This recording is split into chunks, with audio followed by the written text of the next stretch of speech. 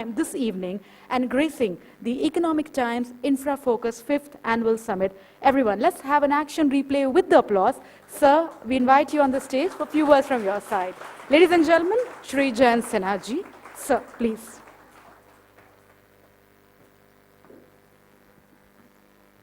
Distinguished diplomats, other dignitaries, ladies and gentlemen, I'm very pleased to be with all of you this evening and to participate in this seminar that you have been conducting on infrastructure, particularly with its focus on all of the developments, all of the work that is happening in India across all the different infrastructure sectors.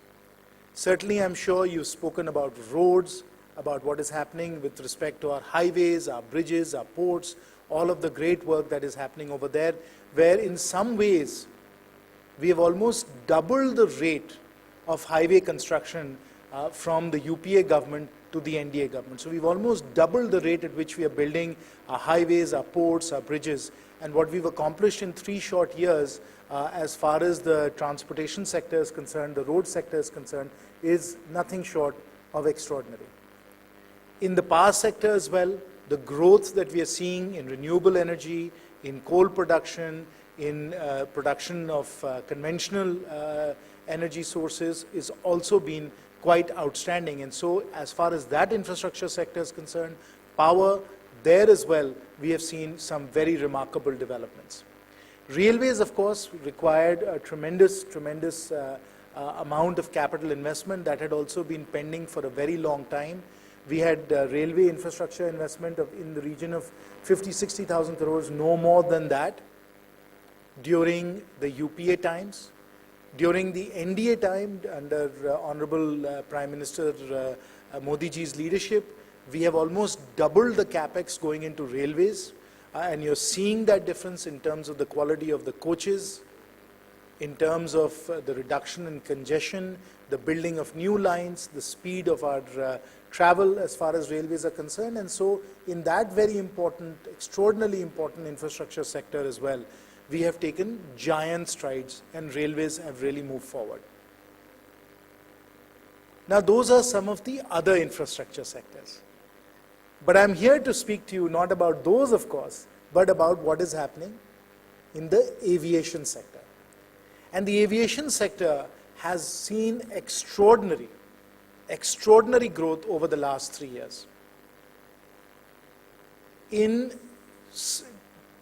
fiscal 14, which ended in March 31st, 2014, we had total number of passengers trips in India of about 10 crores, 100 million passenger trips. In fiscal 17, which ended on March 31st, 2017, we did about 16 crores, 160 million passenger trips. In 3 years alone, we went from 10 crores in terms of passenger trips to 16 crores. So we grew virtually 16-17% a year for 3 years, which has been extraordinary growth over the last 3 years. Now DGCA has just come out with numbers for July, which you must have seen.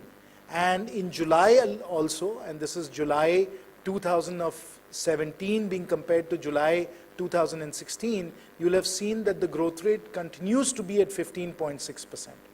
So even in fiscal 18, which is the year that we are in right now, it's quite likely that we will grow again 15 or 16% and continue on this extraordinary growth rate that we've been seeing over the last 3 years. So when you have growth of 16% a year for 4 years, you are almost doubling the total number of passenger trips. So if you're going from 10 crores, we'll get close to 20 crore passenger trips in fiscal 18. That is truly outstanding and amazing growth that we have seen in the aviation sector. And this of course is coupled with an extraordinary order book of airplanes as well.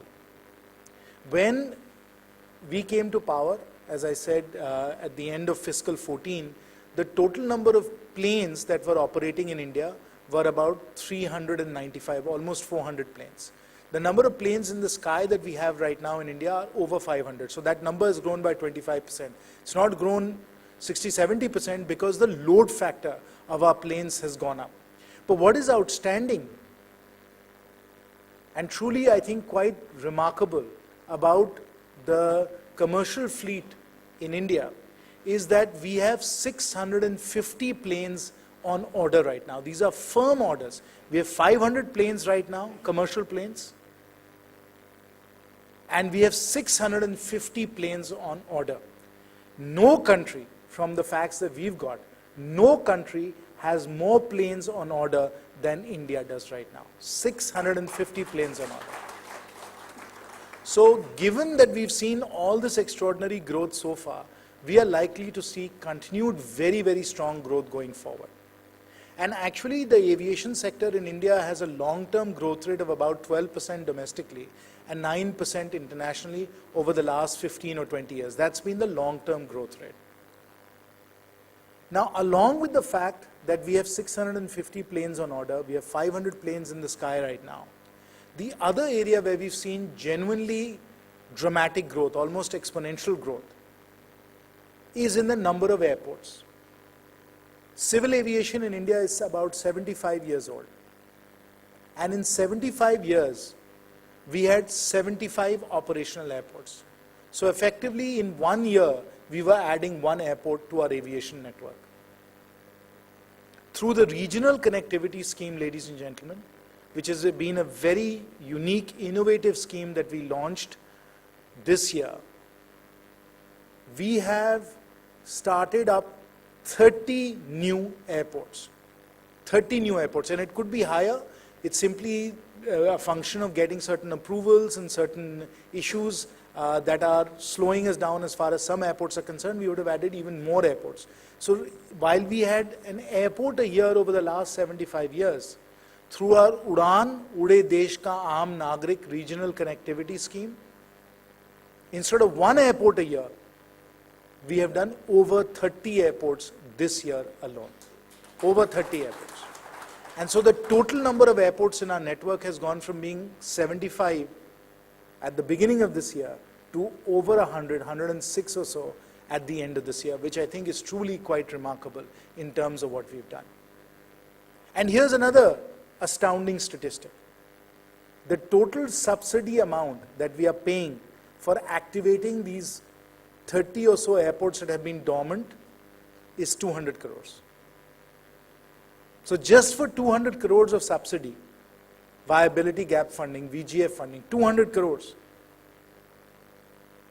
we are adding 30 airports to our aviation network. And that's because we've designed the policy package we put together for the regional connectivity scheme has been designed intelligently to be able to really prompt airlines to start flying to these tier 3 and tier 4 cities. And these are not small cities, ladies and gentlemen. These are cities like Gwalior, Jamshedpur, Ludhiana, Pathankot, Bikaner, Jaisalmer, large cities, cities with population in some cases like Jamshedpur of more than 10 lakhs, or Kanpur with a population which is, multiple times that, 30 or 40 lakhs. So we are connecting these very important, very large cities now in a way that they had not been connected before. And so in that sense, because we've added so many more airports, we made flying services so much more convenient for everyone.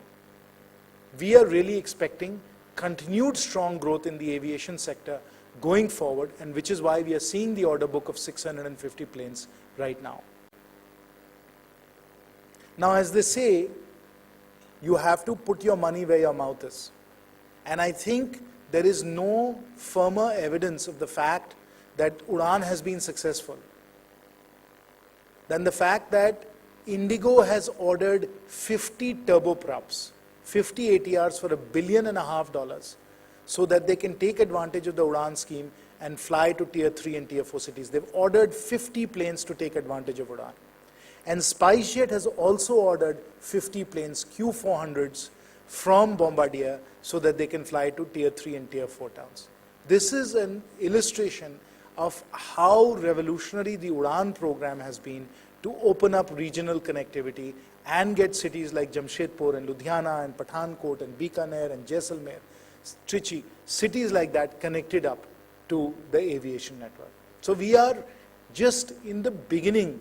If it's a 5-day test match, as far as aviation growth in India is concerned, we have just completed the first day of the 5-day test match. There are 4 more days to come. That's the kind of growth that we are going to see in aviation going forward. And it is the vision of our Honorable Prime Minister, Shri Narendra Modi ji, that flying has to become affordable. Flying has to be for everyone. As he has said, हम हवाई चप्पल वालों को भी हवाई जहाज में बैठाना चाहते हैं. हवाई चप्पल वालों को भी हवाई जहाज में बैठाना चाहते हैं. And we are getting there. We are absolutely getting there because of the affordability, the convenience, the connectivity of aviation that is beginning to happen. Now, even as we are doing that, ladies and gentlemen, it's very important for us, as we see this tremendous demand, as we see all these airplanes being added to the aviation sector, that we build up airport capacity in conjunction with this incredible demand that we are seeing for aviation, for flying. And here we estimate that we are going to need, over the next 10 or 15 years, we estimate that we will need somewhere between 3 to 4 lakh crores, 3 to 4 lakh trillion rupees of investment in our airports to add sufficient capacity. As I said, we have 16 crores of passenger trips that we've just done in fiscal 17. At the rate at which we are growing, even if we grow at the long-term rate of 12% in volume terms, if we grow at this rate for the next 10 or 15 years, ladies and gentlemen, it's simple arithmetic that tells us that we are going to have to triple capacity from where we are right now. So we have 160 million passenger trips, 16 crore passenger trips in fiscal 17. In 10 to 15 years, we have to plan sufficient airport capacity for 50 crore, 500 million passenger trips. 500 million passenger trips. And while this seems like a large number, please note that China today, a country of roughly the same population as we do, has already got 500 million passenger trips, even as they build the world's most extensive high-speed rail network. So it's not either or. We've got to build the high-speed rail network and we have to build up our aviation sector. China is already at 50 crore passenger trips right now. The US, by way of example, with about a population of 333 and 40 million people, is at 900 million passenger trips, 90 crore passenger trips. As I said, we are at 16. So we are 5 to 6x smaller than the US is. We are 3x, China is 3x our size. So that's what we are talking about in terms of potential for growth.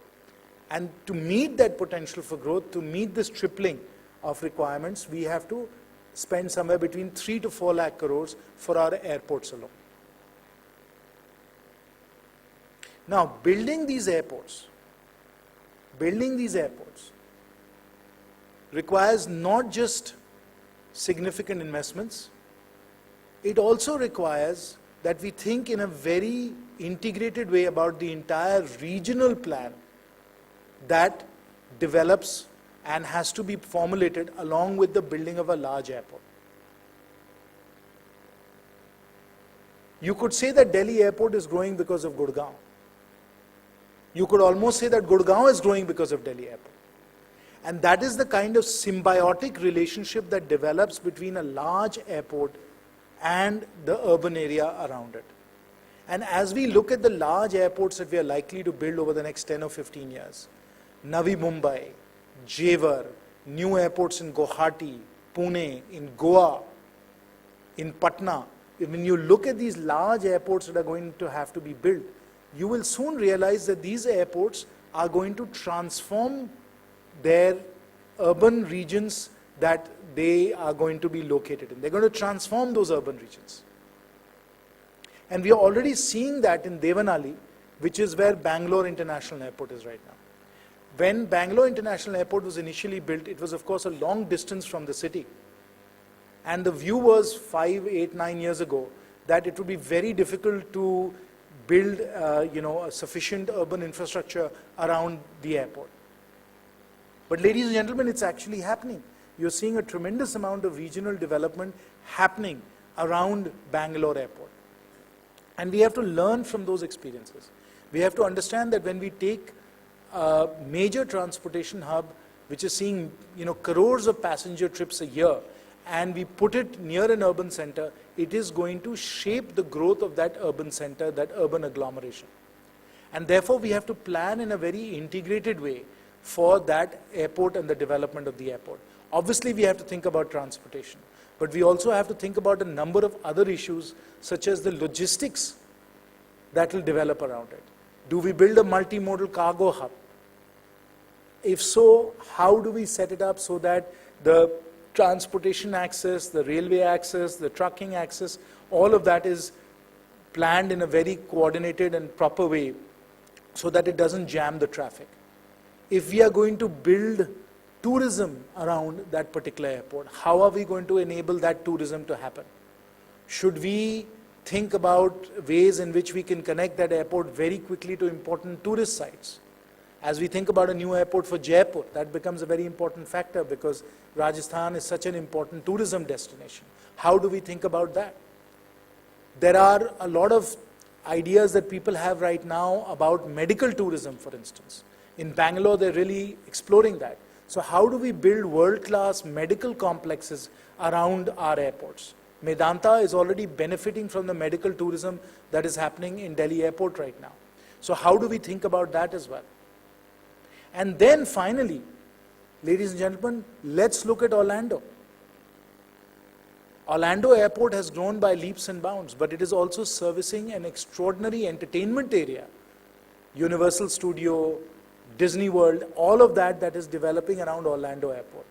I think that as we start to develop these new airports, maybe in Jewar, maybe in Goa, maybe in Guwahati, we are going to see theme parks and other entertainment zones starting to develop around these airports as well. So it really requires us to do a lot of integrated regional planning, hospitality, office complexes, tourism infrastructure, entertainment infrastructure. How do we build that around these aerotropolis that we are going to be building with these large airports? We really have to think about that. And I'll conclude, ladies and gentlemen, by saying that the nature of development that we have to put into motion now is collaborative development. Collaborative development. Because when we plan a transportation hub of the size and scope and magnitude of a Delhi airport, for instance, it has such a transformational impact on the region around it that we have to be in a very collaborative mode with all the various stakeholders. Obviously the communities that are in that area, but equally we have to talk to railways, we have to talk to national highways, we have to talk to the bus services, we have to talk to the state governments, obviously, to see how we can do the land acquisition, the resettlement, think about how to bring industries there. We have to collaborate with various industries. Jewar, for instance, could be a big industrial hub because already we are seeing a lot of electronics manufacturing that is developing around Jewar. As I said, if we are going to do theme parks and entertainment parks, we have to collaborate with those. All of these avenues, all of these opportunities are going to open up for us as we start to develop all these new airports that we're going to build, and as we meet the demand for air travel. Meet the demand for air travel that is built into our economic growth, that is built into our demographics over the next 10 or 15 years. So these airports, these aerotropolis can only happen if we embrace the new paradigm of collaborative development, which means that we have to bring the stakeholders together and really think through all these dimensions of development, all these dimensions of regional planning. Only then are we going to be able to achieve the full potential and provide the fast, convenient, seamless services that people want when they're traveling from one city to another. So we really have to think about that. And I will conclude by saying that our government, whether it is at the central level or at the state level, is here to support you all. We will work with you. We will provide the platforms. We will provide the resources. But as we take forward this idea of collaborative development, the leadership has to come from the private sector. It has to come from our big business groups, our big business houses, our big industrialists, our big entrepreneurs, so you can think big, think at a large scale, and really take full advantage of all of these outstanding opportunities that are in front of us as the aviation sector in India develops and realizes its full potential. Thank you very, very much. Look forward to working with all of you on this. Once again, everyone, a big round of applause for Sir. Collaborative development, indeed a very unique